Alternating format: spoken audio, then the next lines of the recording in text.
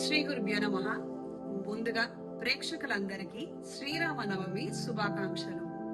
ఈ రోజున పెళ్లి కాకుండా ఇబ్బంది పడుతున్న వారు, ఎన్నో సమస్యలు ఎదుర్కొంటున్న వారు, సంబంధాలు చేదాకా వచ్చి చేజారిపోవడము, అవుననుకొని కాదనుకోవడము, ఈ విధమైన పరిస్థితుల్లో ఉన్న పిల్లలు ఈ రోజున సీతారాముల వారి కళ్యాణాన్ని జరిపించండి. స్వామివారి తలంబ్రాలను శిరస్సు మీద ధరించండి. అదృష్టవశాత్తు ఈ రోజున జీలకర్ర బెల్లం దొరికినట్లయితే అది ప్రసాదంగా స్వీకరించండి.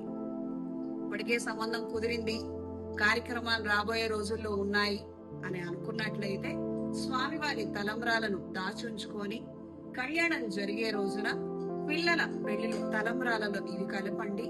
దీని వలన పిల్లల భవిష్యత్తు బాగుంటుంది.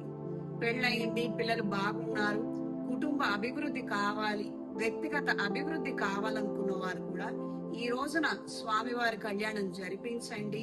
పీటల మీద కూర్చొని కళ్యాణం జరిపించడం వలన ఎంతో విశేషమైన ఫలితాలు సంప్రాప్తిస్తాయి.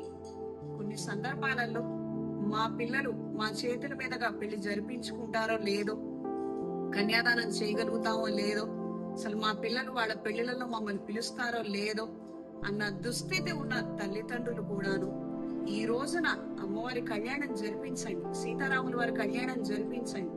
అయ్యా, నీ కళ్యాణం జరిపిస్తున్నాము, మాకు ఒక అర్హత యోగ్యత కనిపించు, మా పిల్లలు మేము చెప్పిన మాట విని మా ద్వారా కళ్యాణం జరిగే విధంగా ఏర్పాటయ్యే విధంగా అనుగ్రహించమని స్వామివారిని దయతో వేడుకోండి. మంచి జరుగుతుంది. ప్రస్తుతం బయట పరిస్థితులు బాగాలేనందువలన, తల్లిదండ్రులకి ఈ విధమైన దుస్థితి ఉన్నందువలన ఈ సలహా ఇవ్వటం జరిగింది. ఈ యొక్క పరిస్థితుల్లో ఉన్నవారు ఈ అవకాశాన్ని వదులుకోవద్దు. చక్కగా అమ్మవారి కళ్యాణాన్ని జరిపించండి. సర్వదా శ్రేయస్కరంగా ఉంటుంది, మంచి జరుగుతుంది.